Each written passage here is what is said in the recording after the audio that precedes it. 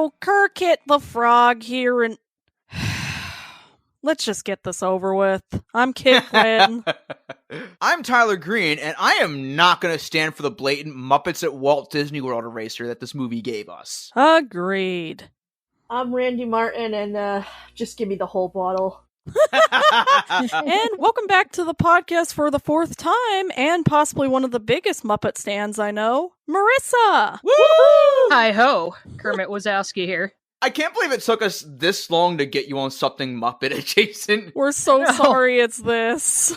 Congratulations on your... How many times have you been here now? 4. Your 4th appearance. You don't get a guest choice. We make you sit through this. What's funny, too, is that we've been planning this episode for the longest fucking time. This was a long time coming. I think we mentioned this as early as our first episode, if I'm not mistaken. Oh, God, yes. We just really didn't want to put ourselves through this again. Oh, God. So we already have our Muppet history out there, so Marissa, why don't you go into your history with the Muppets? You got a few hours? Fuck yeah, we do. Hell yeah. Yes, right, well, actually. Let me put it this way. One of my earliest memories was my Kermit cake for my 3rd birthday. Oh, that's the Muppets have amazing. been a part of my life for quite literally as long as I can remember. Oh. I had a ton of Muppet-related VHS tapes as a kid. There was the It's the Muppets series, which was just a bunch of clips from the Muppet Show. There was Great Muppet Caper, Treasure Island, Christmas Carol, a couple Muppet sing-alongs. I had a Fraggle Rock tape. Like, you name it, I had it. The only good version of Kokomo. Yes, Kermit's version is the best. That was my introduction to Kokomo. Same. Caribbean Amphibian, which, despite popular belief, is not a Jimmy Buffett song. Technically, they did a duet of it in Elmo Palooza, but you get me. Oh, yeah, that's right. Yeah. Kermit the Frog could have written Kokomo. Mike Love could never have written Caribbean Amphibian. Agreed. Well, now Kermit the Frog just needs to cover Jamaica Mistake-a. But yeah, so we should probably all go into our history as well with this movie, starting with Marissa. I really don't have much of a history with this movie. I mean, you know of it. That's good enough. Yeah. Exactly. So, at that point in like your late teens, early 20s, when you first have to start adulting and you really start to feel nostalgia for the first time. Oh yes. man, yeah. So I got into that with my old Muppet tapes. I found my old Muppet tapes when I was about 18 or so, and that reignited my passion for them. Aww. And from there, I went down the Muppet Wiki rabbit hole and came across Kermit Swap Years. And I thought, okay, that's a cool concept, origin story. Aww. Then I found the reviews. Oh, no. And I was like, uh-oh. Oh boy. We did watch it together at one point, right? Yeah, it was like way before KRT. This was years and years ago, back when Rabbit was still a thing. Oh, Miss God, Rabbit. fucking Rabbit. That was the first time I had seen the whole movie.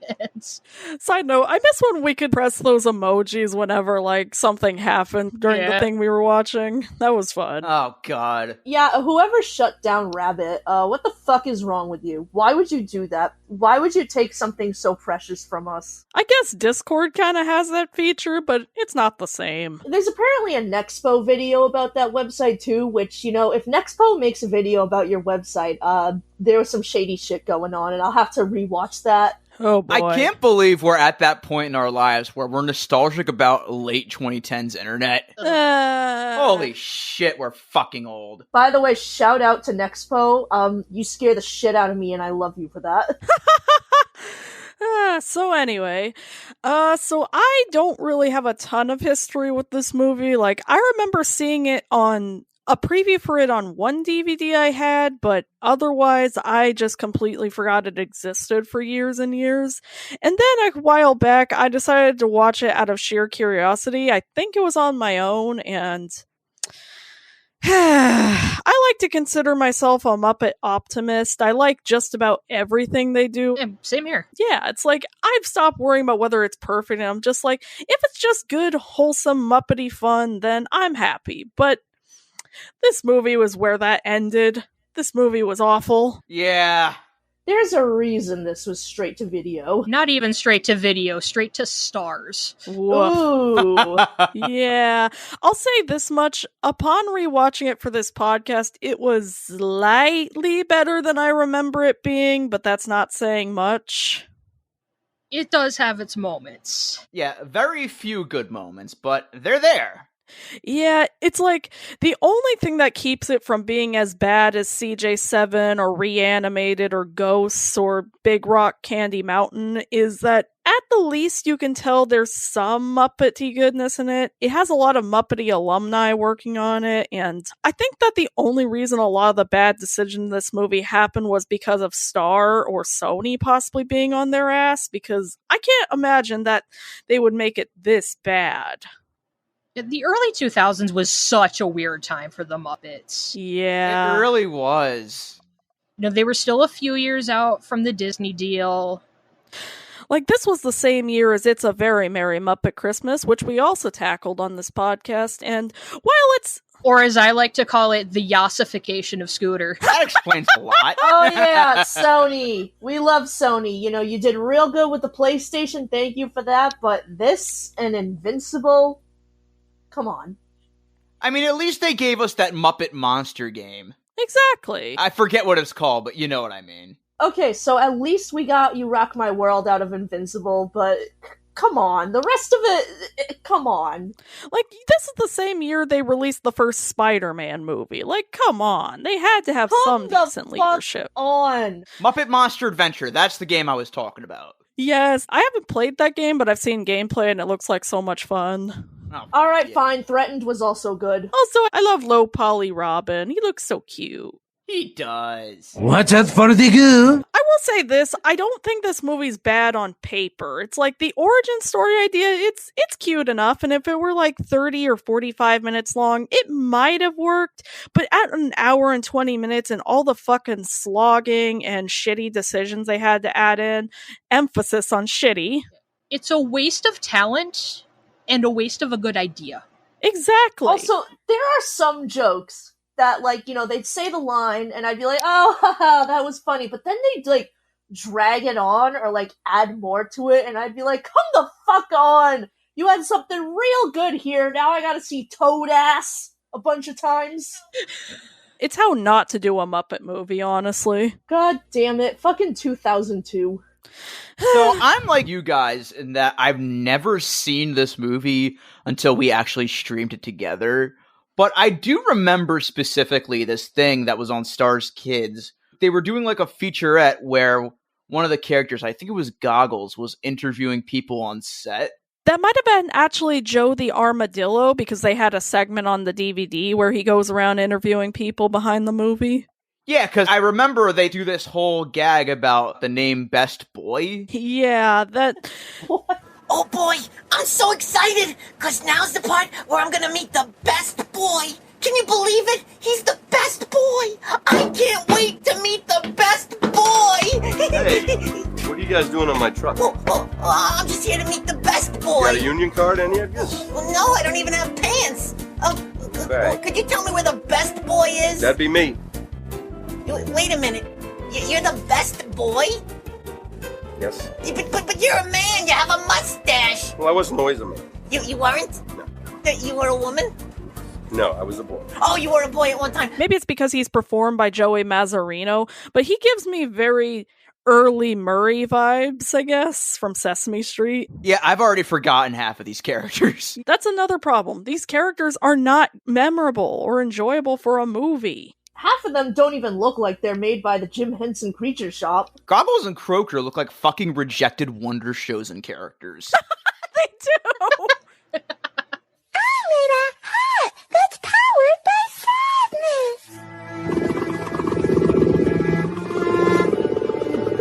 sadness. Typical. Compare them to Kermit, where you can always tell what Kermit's mood is because his facial features are so flexible. Croaker and Goggles, their mouths just move up and down. That's it. Like, there's this one part where Croaker's pupils get smaller. And that's about it. That's all the expression he has. Exactly. Oh, yeah, most of this is, like, very bad computer effects.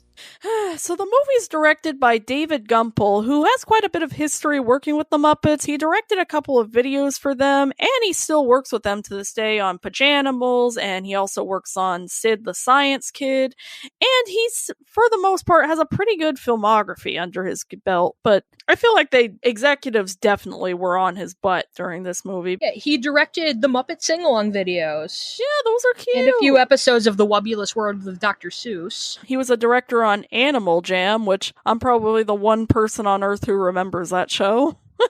Yeah, we should do an Animal Jam episode down the line. Oh, you meant Animal Jam the show, not Animal Jam the computer game. No, it was a show that aired on TLC. I was about to get so mad. I was about to be like, what do you mean you're the only person who remembers Animal Jam? There's a whole subculture dedicated to that fucking website. Oh, God. Funny enough, there was a character from Animal Jam that was repurposed for an episode of Hannah Montana. Oh, yeah, that's right. I Wait, remember that. Which one? Pancake Buffalo. Was that the one where that Lucas Cruikshank was on? No, I forget which one that was. Okay. I keep forgetting Lucas Cruikshank was on Hannah Montana. Oh, God, yeah, he was. The fucking hold he had on our generation.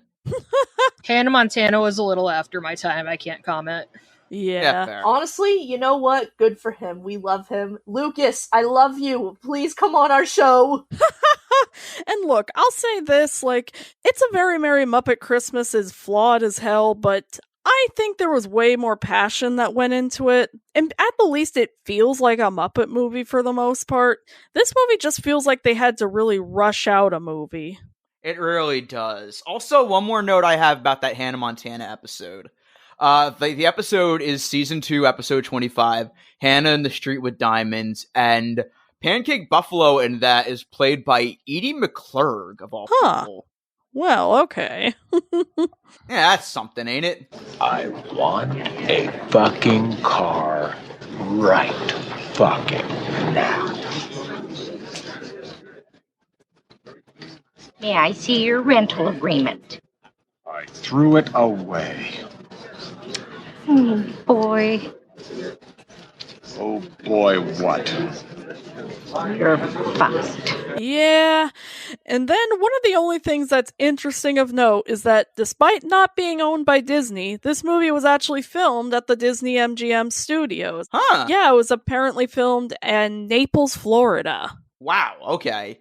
Well, it being filmed in Florida makes sense, but I didn't know they actually filmed it on Disney property. Yep, apparently they did, and now I'm choosing to believe this movie takes place in the same universe as the Florida Project. Oh, God, yes. Also, this movie got Dairy Queen toys, which I actually do remember my cousin getting one of them. They're cuter than this movie deserves. I don't think we've had a KRT toy store in a hot minute, so we should probably, post them or something. Yeah, we'll definitely have to post them. That's what I like about Texas. Believe it or not, the KRT toy store has not been foreclosed. Yay! We're just dealing with a lot of inventory and all our staff quit. Yay! There's supply chain issues. You know how it is right now. They also found black mold in there, apparently, so we've been shut down by OSHA for a good while. God damn it, someone licked one of those great Muppet Caper McDonald's glasses. Sorry, that was me. There's asbestos all over the McDonald's plushies. And this movie was so bad that it rarely gets acknowledged by any Muppet property. The only time it's been referenced since then is Croaker showing up at Constantine and Piggy's wedding in Muppets Most Wanted. Okay, I did not notice that. Yeah, he's in the background, apparently. Also, all of these characters are so forgettable. Is Croaker the blue one or the big one? The blue one. Blotch is the big one. The only reason I remember who Goggles is because of his fucking eyes. Yeah, are those glasses? Or is that just how his eyes look? I guess they're glasses, but if they live in the swamp and don't speak to humans, how the fuck did he get them? A wizard did it. Yeah! Jinx. A swamp wizard, I guess. Are you ready? A swamp wizard illegally dumped in the swamp. Huzzah! Also, rest in piss to Splash Mountain. Yay! Yes! Fuck yeah! Rest in piss, Brer shithead! It's Tiana's time! 'cause I'm almost there. Yeah, is the new ride gonna fall down, go sploosh like the old one? Yes, then I don't see the problem here. Exactly. Just fix the America Sings animatronics, please. Please give them the repairs they fully deserve. You know what? If they have to get sacrificed for this ride, I don't even care. Okay, I care a little bit, but still! My one and only note for the refurb is have Kermit show up at some point on the ride. He and Yes. Tiana would be the best of friends. Fuck yeah. Yes, they would. And also, I kind of hope they keep, like, the frog animatronic at the beginning of the Disneyland one, but if he has to go, he has to go. We can redeem him. Yeah. Anyway. So I guess we should talk about this movie, I guess. Do we have to? I can still go on about Splash Mountain a little more. You know, I'd be perfectly content to just sit here and read the letterboxd reviews for Kermit Swamp Years, because there are some gems. Ooh, okay. Okay, then yeah, read one. There's one that's just half star, don't do this again.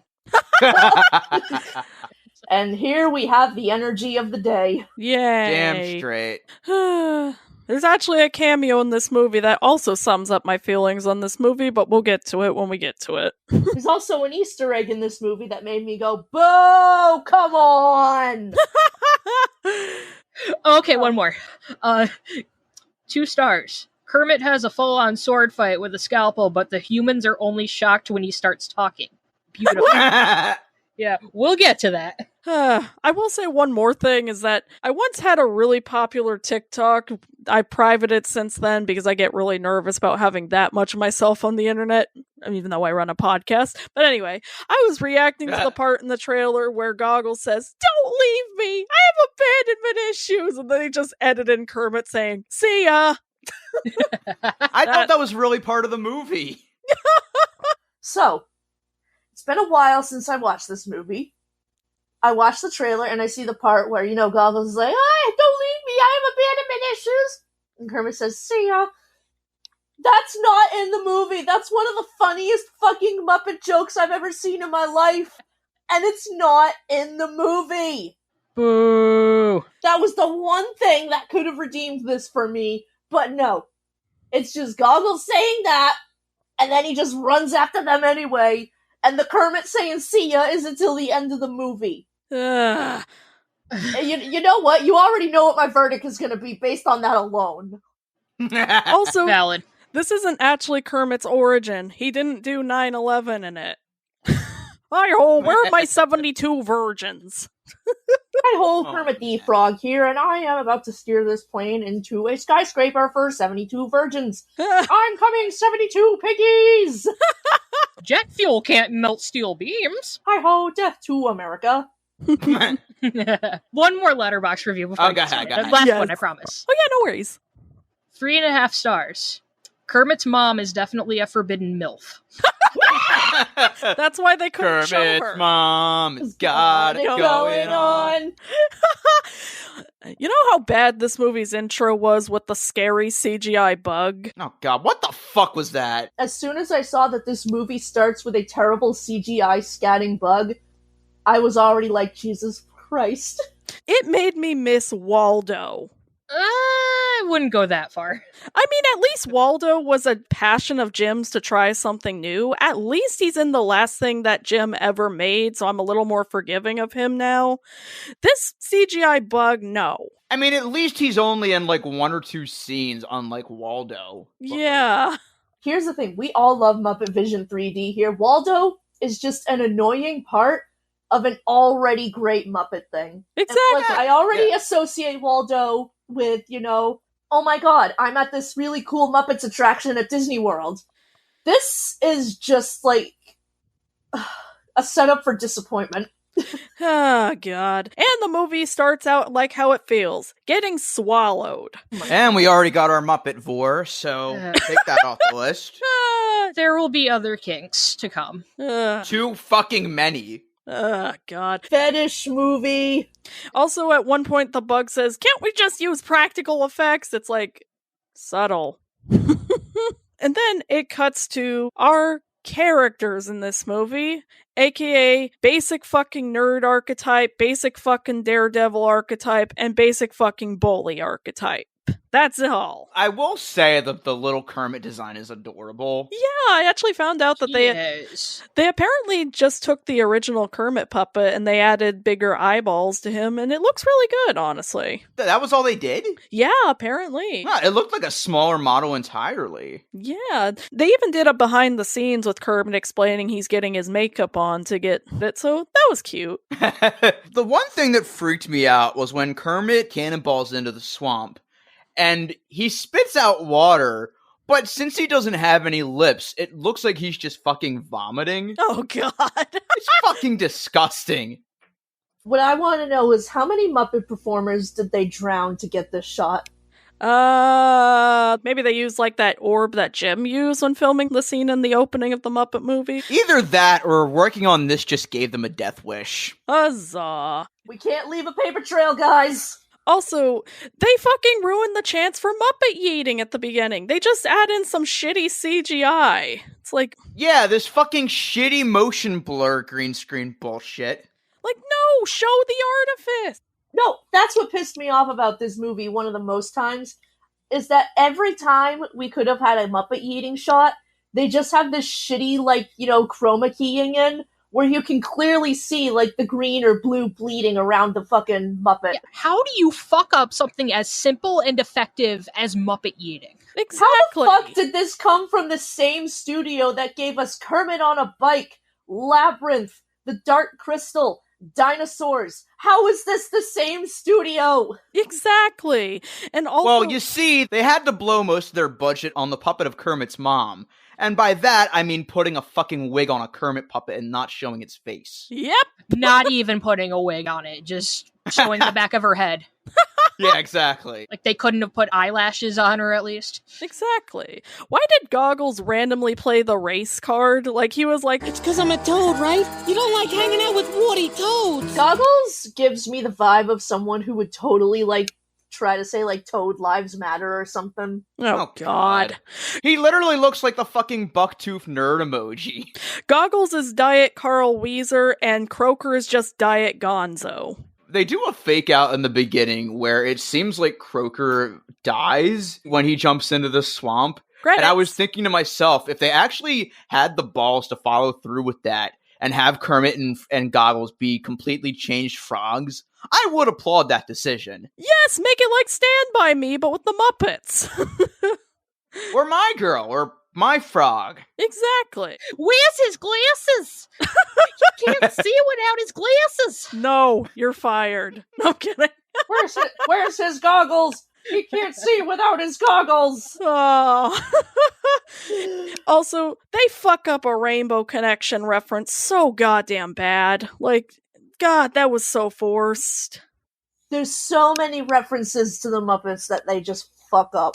Yeah, they have this moment where he's singing to himself, looking at the stars, and it's not warranted at all. And it's so early in the film that there's no emotional impact at all. And this happens not 10 seconds after a toilet flush. Exactly. It's, Though, truth be told, it's kind of funny to me, the implication that this swamp has indoor plumbing.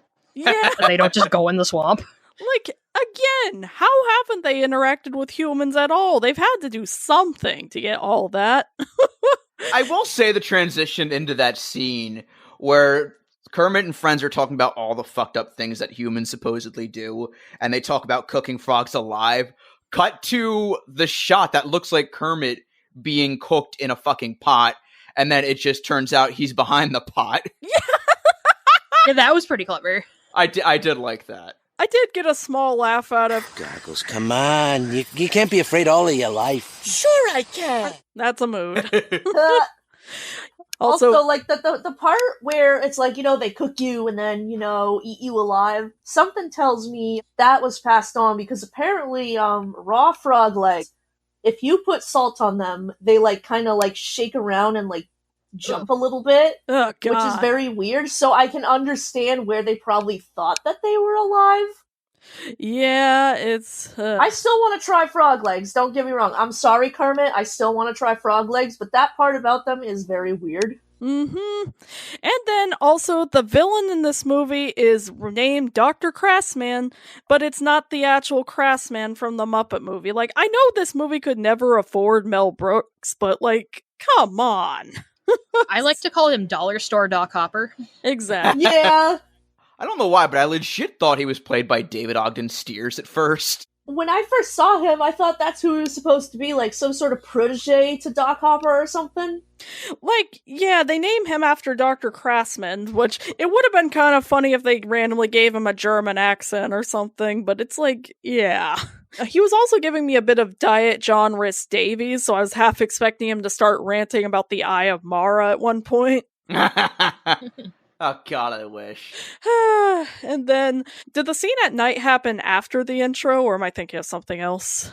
Yeah, it happened like a couple minutes after the intro. Oh, okay. But we missed the part with the alligator, Oh, too. yeah, and also, you stepped on my gland! Remember, this is a fucking Muppet movie. Yay! So, the gland in question, first of all, I thought this was going to be like a one-off, like, you know, how Carl Weezer would just sometimes be like, ow, my scapula! I thought the gland was going to be like a one-off, ow, my gland! One-off jokes in this movie? Come on. Yeah, I know, I should have known better, I apologize, but, It's Chekhov's gland. Apparently the gland is a poison gland, which, I mean, is accurate to toads, because you know how, like, when you pick up a toad, sometimes they pee on you? Yeah.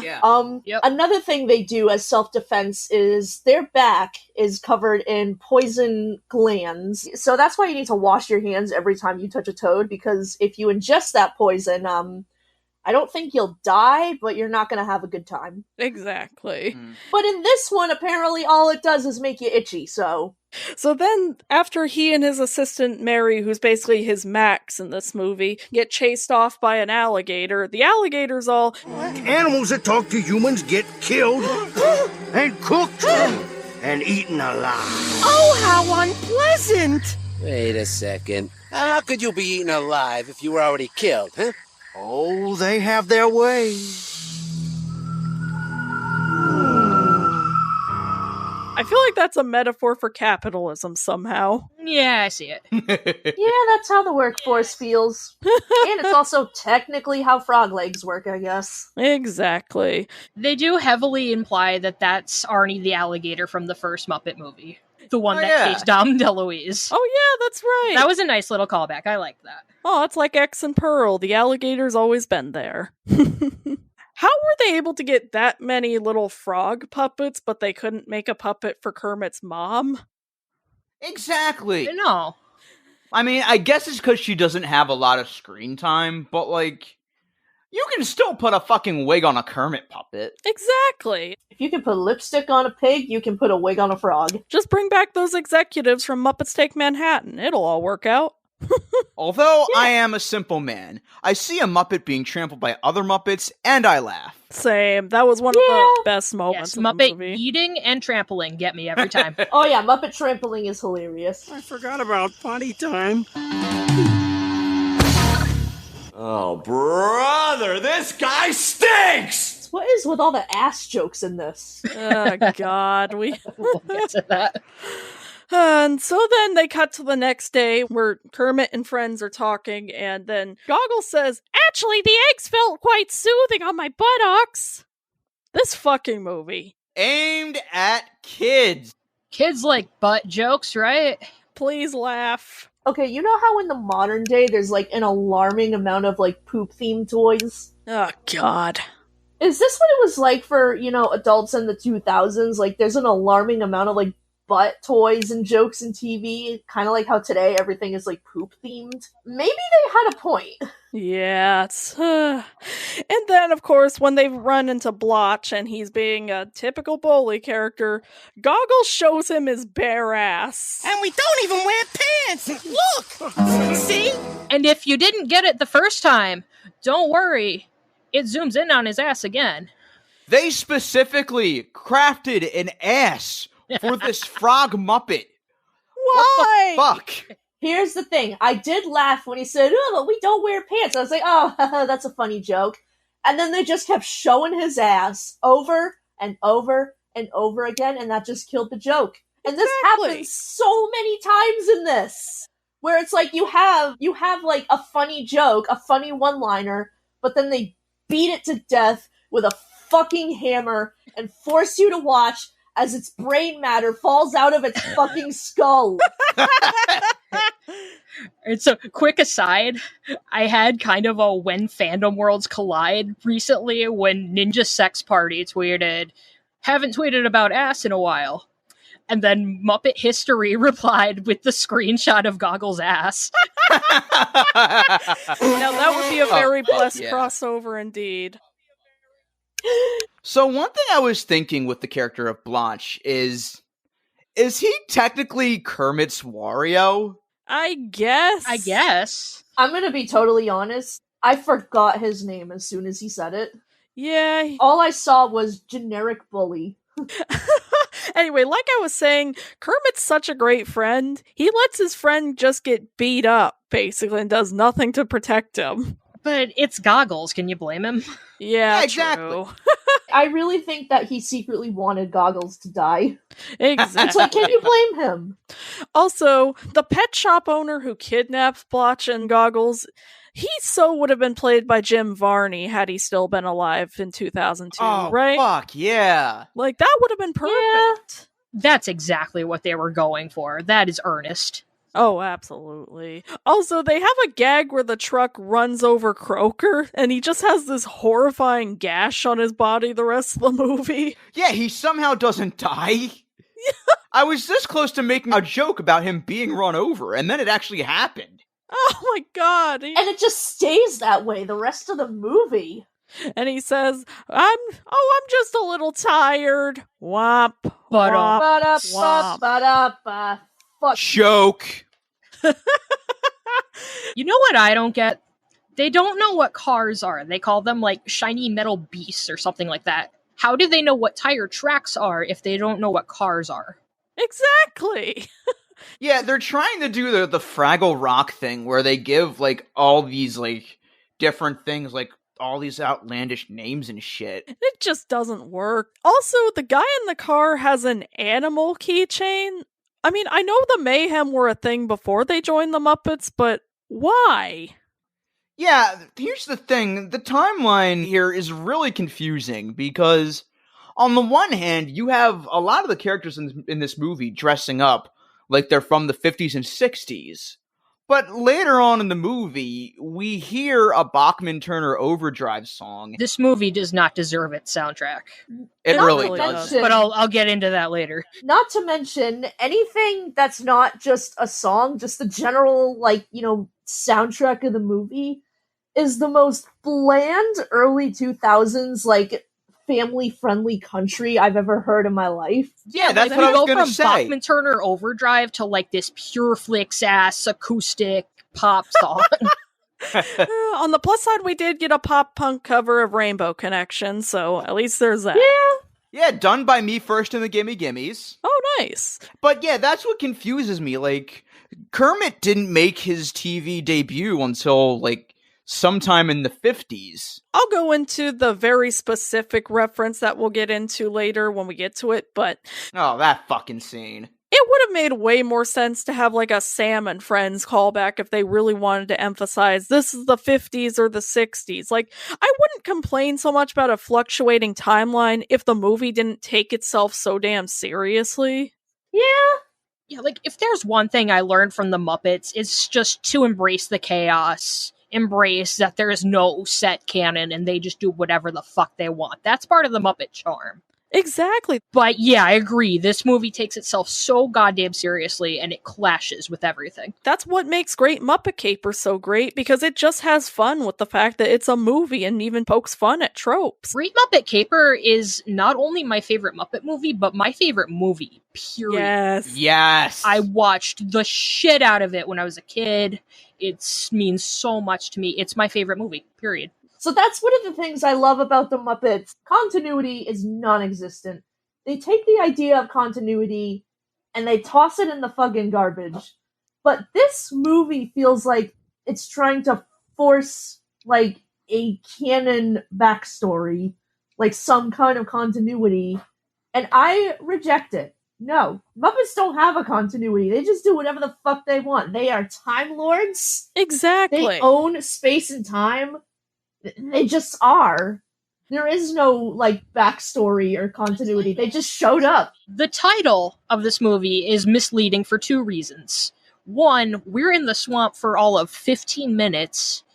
And two, this whole thing takes place over 2 days. So we don't get to see Kermit's swamp years. Exactly. We get to see 2 days of his childhood. Well, the movie is accurate in that Kermit is in this movie. There is a swamp, and it took years off of all our lives, let's be real. Yeah. Yeah. You're not wrong. And then seeing that pet store, I was just thinking, I could be watching Pee-wee's Big Adventure right now. Yeah, so what kind of pet store just has fucking monkeys running around? They got a gorilla for sale. Magilla gorilla for sale. Say what? Yeah. Oh. Anyway, they have an arc in this movie where the pet shop owner wants a dog, and I'm like, dude, you treat your animals like shit. You should not be near any of them. Like, you're putting frogs all together in one tank.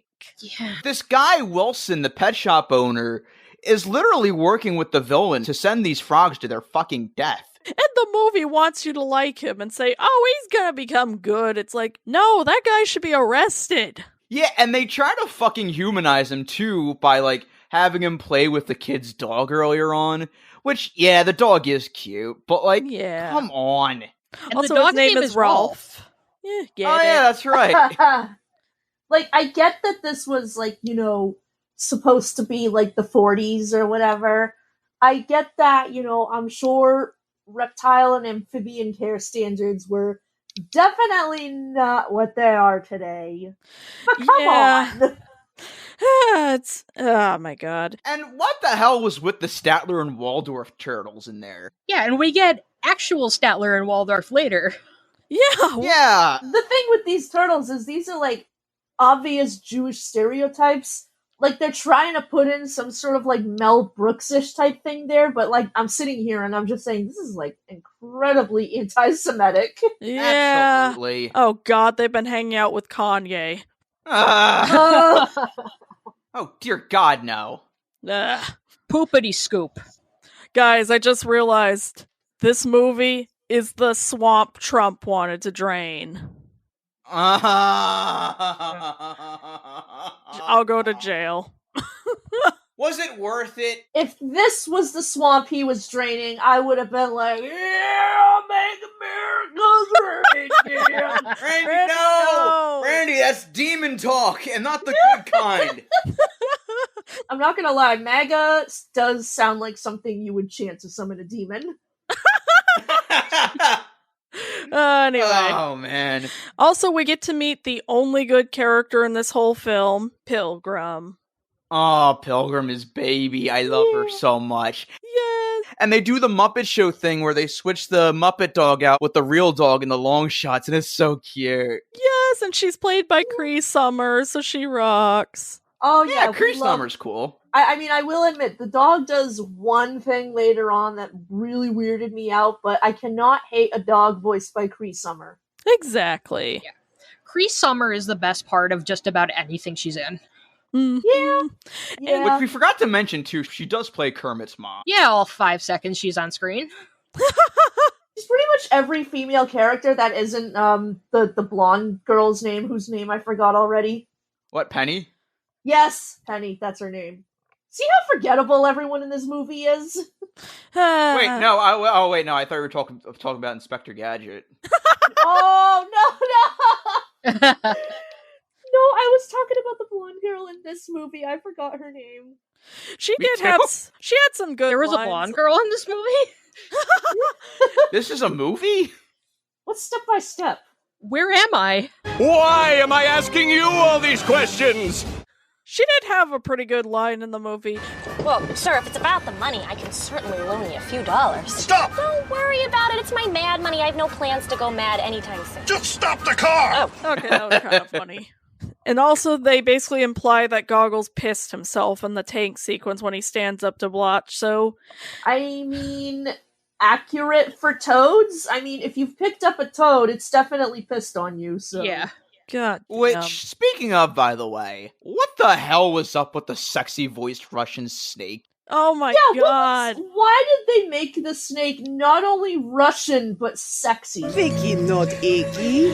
I show you icky. Chip Skylark would like a word. Hey, look, it's Melania Trump. Haven't we had enough Trump references here already? I think that's good enough. Good night, everybody. We should limit the Trump references to 0 on this podcast. Let's forget the fucker already. Manifesting he dies this year. Yes, please. Oh, God. He does the fucking gland thing again. Come on, glands, do your stuff. God, don't ever say that ever again. Yeah, so the snake starts crushing Blotch. And then Goggles is like, what are you doing? And he goes, I'm choking the life out of him. Well, don't do that. Why did Goggles save Blotch? There was literally no reason. Like, just 5 minutes ago, he was threatening to kill you. It's like, there was no redemption moment.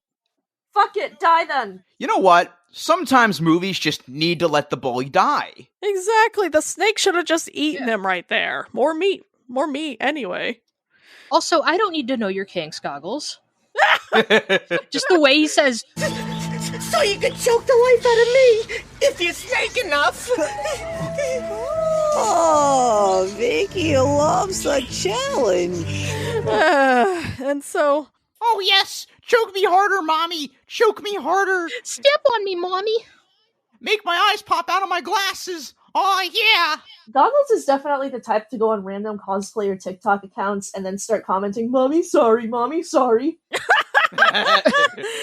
Oh man, and we get into one of my absolute favorite references in this movie. Ugh. The one where Kermit gets chased by a pig on a shitty green screen. And then Pilgrim is like, that's called a pig. And Kermit's like, well, I hope I never see one of those again.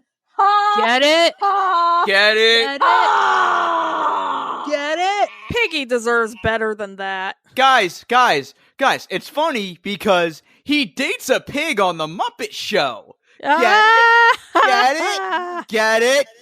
Get it? Do it for you. I just wanted the actual Piggy to show up at that scene and be like, that's how you choose to reference me? Hi-ya! I do it for you. All I do is for you. I fucking hate this movie, you guys. I hate to say that any Muppet design looks bad because I know a lot of work goes into it, but that rabbit's design was so fucking ugly. And Steve Whitmire basically does the Kermit voice. He doesn't do anything to change his voice up. It's just Kermit's voice coming from this rabbit puppet. With like a country accent. You know how apparently, like, one of the reasons Bean Bunny isn't really around anymore is because the puppet got so badly deteriorated in storage? Oh, rest in peace. Hashtag let Bean be reborn. Exactly. Yes. Is this the deteriorated Bean? Is this, like, how he ended up looking? God, analog horror Bean. Yeah. Especially compared to, there's a few shots on the road where they just cut to a bunch of bunnies on the road, and the bunnies are adorable. I love that. Like, can we just have a movie about the bunnies instead?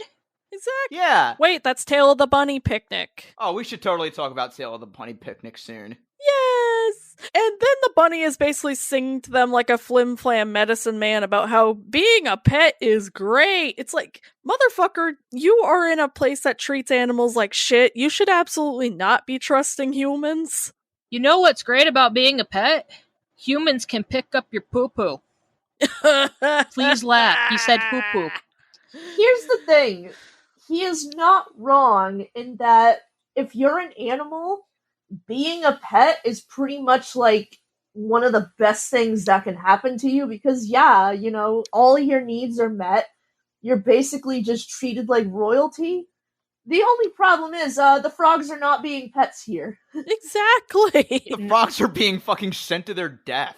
It just drags on. If one of the frogs were adopted as pets, then yeah, that whole song would have been true. And by the way, I did skip the songs in this because they were all so generic and they were just all worse versions of existing Muppet songs. Yeah. Yeah, I don't blame you. The only reference in this movie that kind of works is a scene where Kermit goes into the neighborhood and he runs into a boy who he gives his ball back to, and they stare at each other for a moment, and then they cut to the mailbox saying Henson, but like, wouldn't that have made more sense to have like one of the actual Henson family members do that? As if we're not already spitting all over his grave enough by making this movie. Ugh. Jim Henson is a 10-year-old boy in this.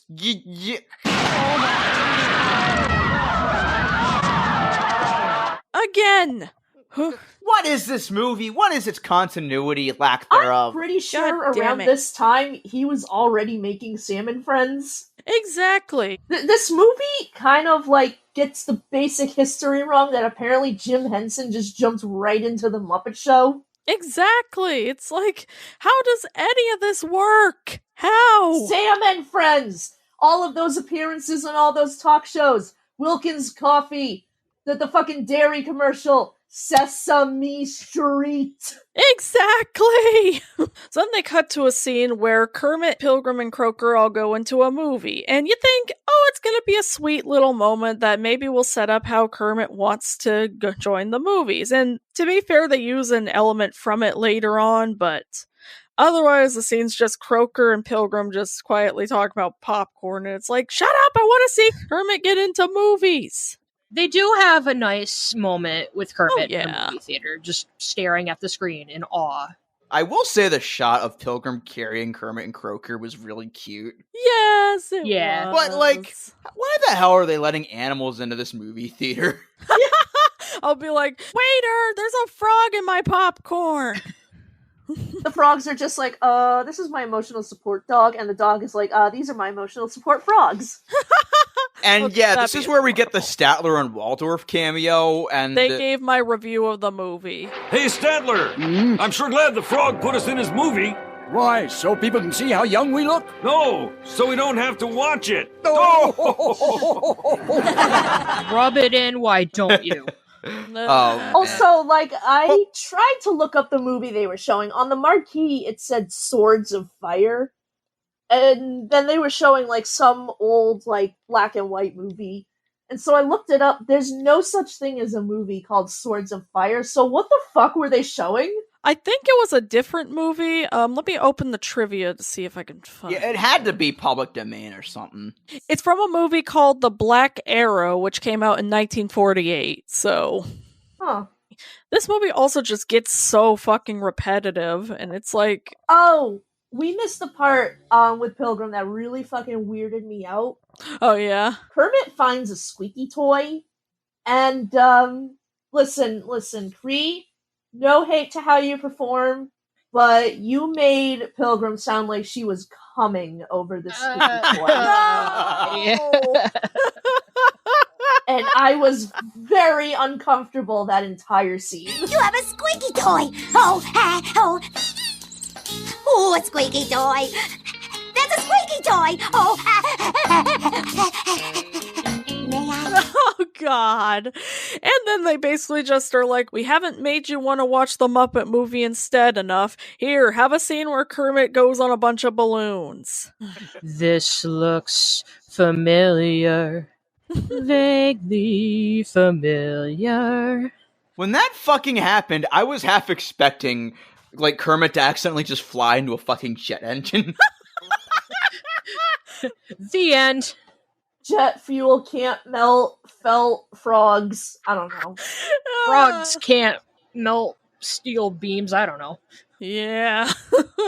So then the guy is so desperate to get some frogs from the river, and he's scared off by Pilgrim, that later on he just orders all the frogs from the pet store, which I know it's a fictional movie.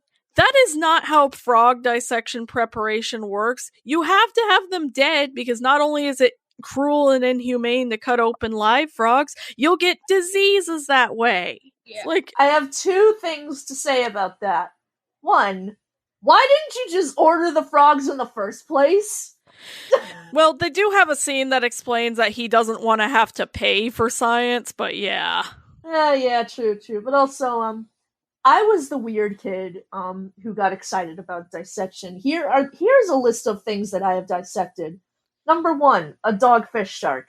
Number 2, a fetal pig, which is apparently a really common thing to dissect. Yeah, I had to dissect a fetal pig in college. Number 4, an uncooked chicken thigh. Number 5, a sheep brain. And number 6, a sheep's heart. None of these things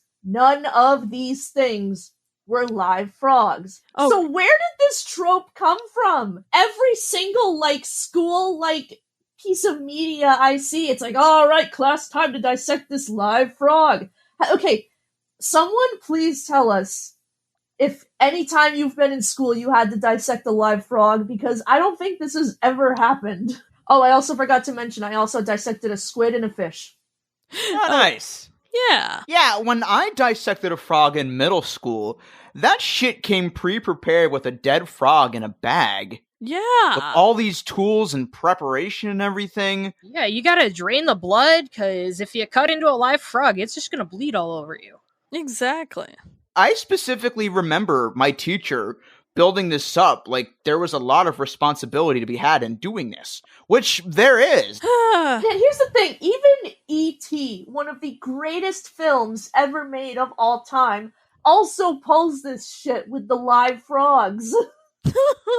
Also, they have this weird fucking mood lighting with the teacher in the background.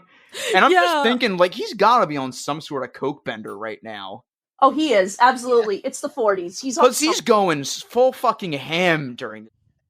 Why are they letting this guy teach again? They also kind of have a really dumb running gag where they mean George Washington High School, but then Goggles thinks George Washington is their new owner, and it's a joke and a joke. I will admit, though, the reveal that Craftsman is just a high school science teacher and not I don't want to say not a real scientist, because high school science teacher is a respectable job, but the reveal that he's a high school teacher is kind of funny. Yeah, Wilson brings the frogs over, it's nighttime, and as he's driving away, the headlights flash on the school sign and you see George Washington High School. I thought that was pretty funny, pretty clever. Yeah, that was. That's the thing. This movie can be funny when it wants to be. Yeah. Why isn't it funny? See, I thought the guy was either A, some sort of Doc Hopper where he was trying to cook these frogs, or B, a mad scientist. Yes. He's a high school teacher.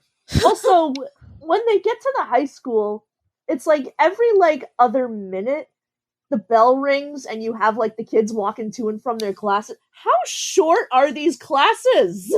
I guess it was the 50s. That was school in the 50s, yada yada. And how did these kids not notice 2 frogs and a dog just wandering the hallways? How fucking come my classes weren't this short? These classes are 1 to 2 minutes each. My classes were 40 fucking minutes.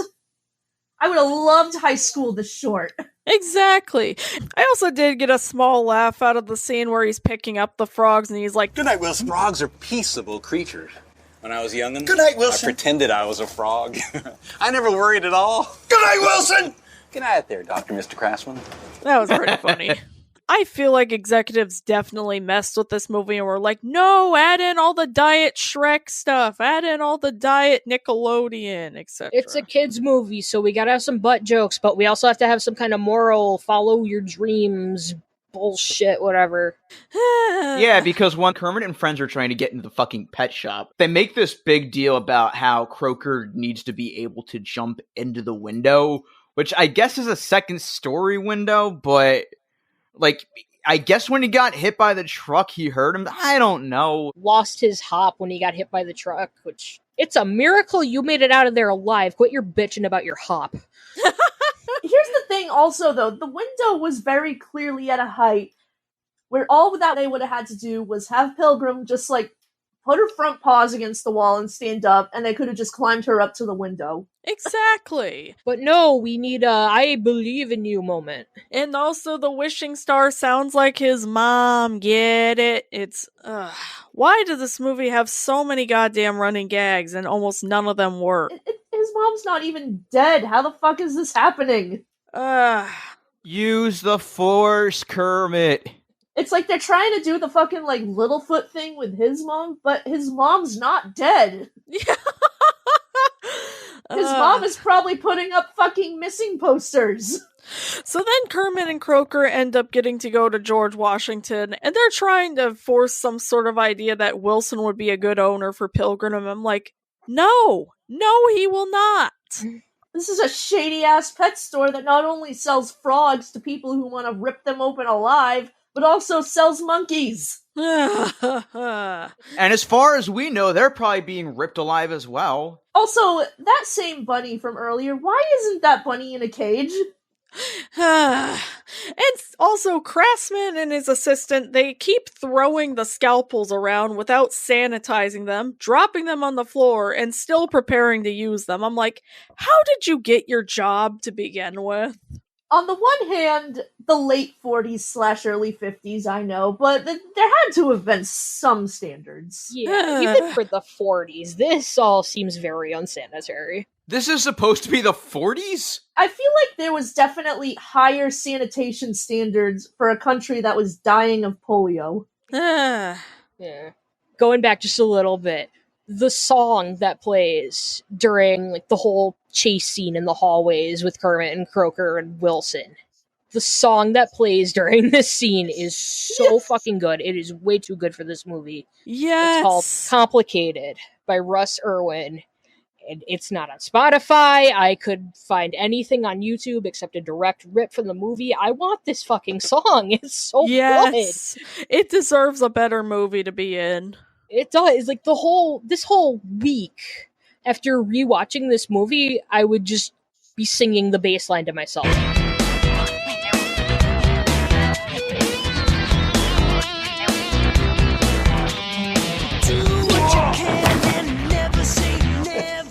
Lousy form, but he sure nailed that landing.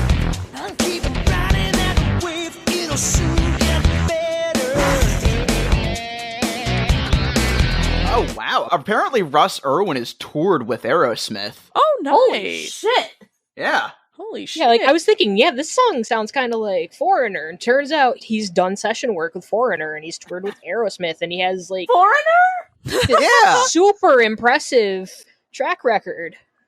Oh man, that is amazing. And then they try to have a moment where Blotch sacrifices himself for Goggles, and I'm just like, this was not earned. This was not earned at all. When that happened, I was half expecting Goggles to say, oh, okay, and then they just walk off and the movie ends. That's too good a joke for this movie. Oh, yeah. Man. And here's a fun image, kids. Kermit the Frog's organs. Like, they have the diagram look exactly like Kermit, and it was disturbing. Jesus. Hi-ho, Kermit the Frog here, here to show you what my insides look like. It's like those things that they had at FYE, where it's like figurines of cereal mascots, but like one half doesn't have skin and you can see their organs. Oh god, I remember What the fuck's up with that shit? This would have traumatized me if I watched this as a kid. Absolutely. Oh, by the way, I forgot I had a big note from earlier. I'll just say this quickly.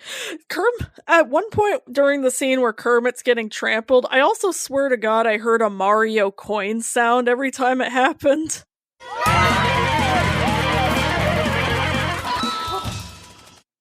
Oh god, yes. Oh, also, God. I know this is very dark and they wouldn't have done this, but it would have been wild if the last 20 minutes of this movie turned into the frogs just tying the teacher up and deciding, we're going to make you the science project. And then the last 20 minutes of this movie are basically a Saw film. Oh, God. That's my drift. That's something a good Muppet movie would have done. Exactly. They would have tortured. Yeah, if the Muppets had balls, and they do, but not those kinds of balls. This is a neutered movie. They would have thrown a bowling ball at him like they did Tex Richmond, and then that would have solved everything. One of the only bits of enjoyment I got out of this movie was the sequence where Kermit is waving the scalpel at Craftsman. Like, even if it did just make me want to watch Muppet Treasure Island. Stop reminding me of better Muppet movies. Exactly. Oh, we love you, Tim Curry. Yes. Yeah, Kermit just fucking slashes Craftsman's throat. That Letterboxd review was entirely right. He was having a whole swashbuckle with a frog with a scalpel, but then the frog talks and everyone shocks. But talking is where they draw the line. Yeah, what the fuck Get was it? that? It's just like the movie Kermit watched earlier. Yeah. What do you think this is? The movies? Get it? Get it? So they basically give Craftsman a tragic backstory where the frog talked to me, but nobody believed me, and now this proves everything. And they redeem him for some fucking reason. Froggy pants. Froggy pants. Frog. I'm not a froggy pants. I'm not a froggy pants. I'm not a froggy pants. But Kit, don't forget, let the frogs go. Let the frogs go. Frogs go. Let the frogs go. This movie broke my soul. Have fun editing that together later. Wait, here's the thing.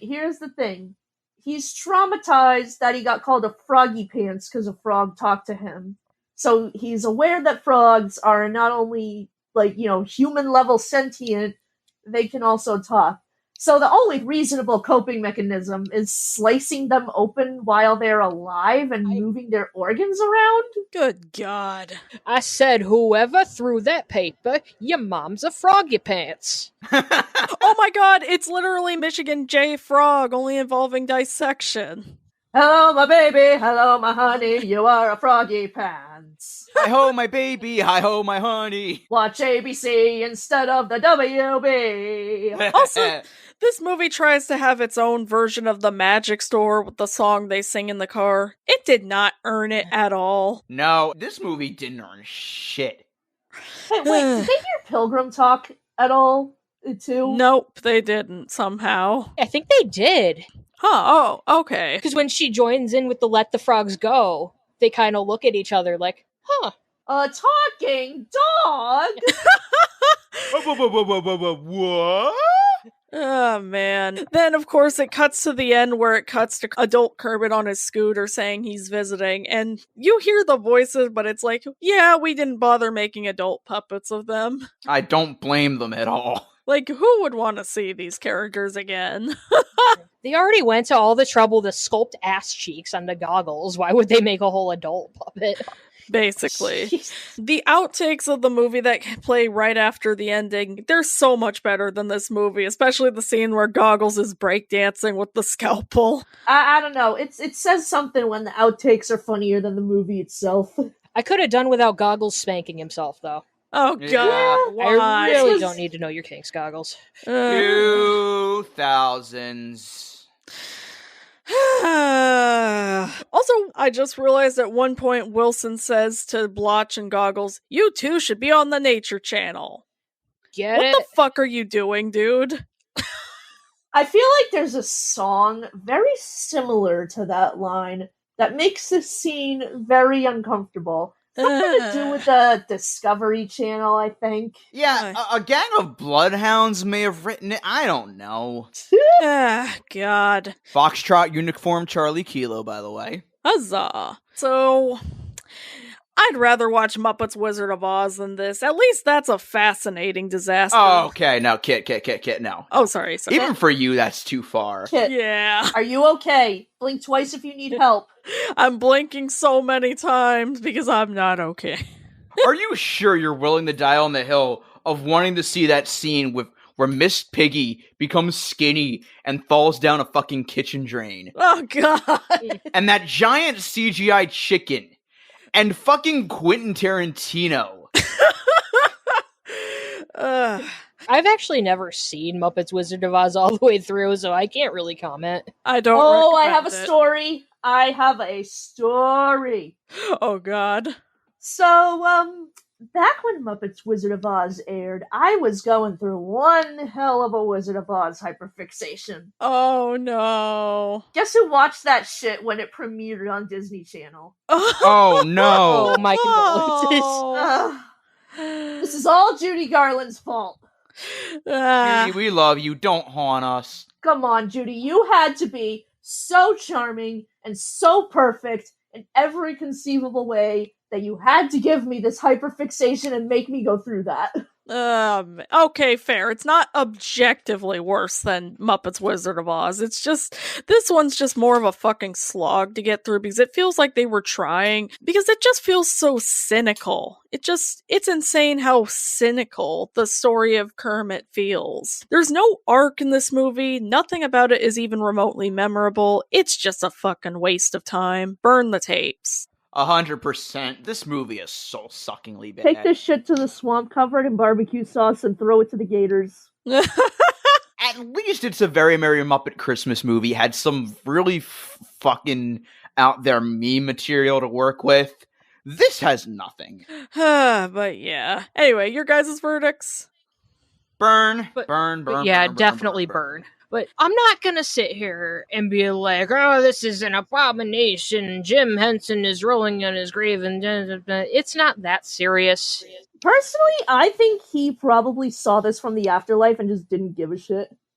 Yeah. Yeah, probably. I don't like being that person. It's not that serious. And we were joking about the Letterboxd reviews earlier, but there were a few that just said, I have a lot of nostalgia for this one. I loved it as a kid. It's not objectively good, but I still have a soft spot for it. And it's yeah, I understand that. Yeah, but exactly. It's just, like I said, a waste of talent and a waste of a good idea. Exactly. Yeah. I could see, a child enjoying this, but this is definitely something to avoid if you're, a genuine Muppet fan. Yeah. This is not good. And if you're looking to get your kids into the Muppets, this ain't it. I don't even think I would have liked this when I was a kid. This is just, And like I said, there were parts of the soundtrack where, you had these bangers, but then the rest of it, and including the credits, by the way, is just the most generic, safe, 2000s post 9/11 country. I will say this, though. At least it wasn't Insane in the Membrane. Alright, who's got stuff to plug? You can find me on Twitter at Kermit Wazowski. And from there, you should be able to find links to my artwork, my Ko-fi page, if that is something that interests you. And you can also find a link to my music blog if you liked the music-related tangents I went off in this episode and would like to read them in text form. Yay, soapboxes! I am trying to take a social media break, so I don't really plan on plugging any of my social medias for a while, but I will be happy to burn any copy of Kermit's Swamp Years that you wish to burn. Huzzah! Bonfire! Yay! It belongs on a great big fire! You can find me at Cosmic Rewind on Twitter. Yeah, the E and the 3, whatever. Same name on YouTube. And I'm gonna go drown myself in the Seven Seas Lagoon now. Yay! Have fun. I'm coming too. Huzzah! Alright, you can find me on the usual spots. Tyler FG on Twitter, Tyler FG96 on Instagram. You can find the show on channel_KRT on Twitter, channel KRT Podcast, all one word, on Instagram. You can also find our Facebook group and our Discord server in the link tree in our Twitter bio. And if you want to help support us, you can also find us on Patreon, where we have exclusive minisodes, outtakes, and episodes of this very podcast at its earliest convenience. And you can also check us out on Ko-Fi, where we also have exclusive minisodes, but you can pay for those individually at $5 a pop. And if you just want to donate to us, you can also just do that. I'm still not sure if it's pronounced Ko-Fi or Ko-Fi. I use them both interchangeably. I'm calling it Ko-Fi. No one can stop me. Potato. Yeah. Ko-Fi, Fi, Fo, Ko-Dum. I don't know. Ko-Fi, Fi, Fo, Fum. Give me your money. I don't know. So thank you so much for joining us again, Marissa. This was a lot of fun. Yeah, thanks for having me. Yes. We love having you here. I love being here. I swear to God, this year I'm going to start conning again. Yes! And now we can focus our efforts on the next thing Marissa's going to be on, the Drew Carey Show. Yay! Yes. Finally! Good About things! damn time. Things that are good! Speaking of things we teased a long time ago and never got to. Yes. Yeah, I think we teased this episode and the Drew Carey Show in the same episode. Oh, God, Yeah, yes. we did. This has all been a long time coming. Oh, fuck man. yeah. We're reaching our goals. reaching our goals. Follow your star or whatever. We're Right. almost there. Yeah, we're almost there. Something, something. We're almost there. Something. Just listen to Rainbow Connection instead. All right. Channel KRT, let it roll. Da-da-da-da-da. Down the highway. Da-da-da-da. Thanks, Pfizer. Huzzah.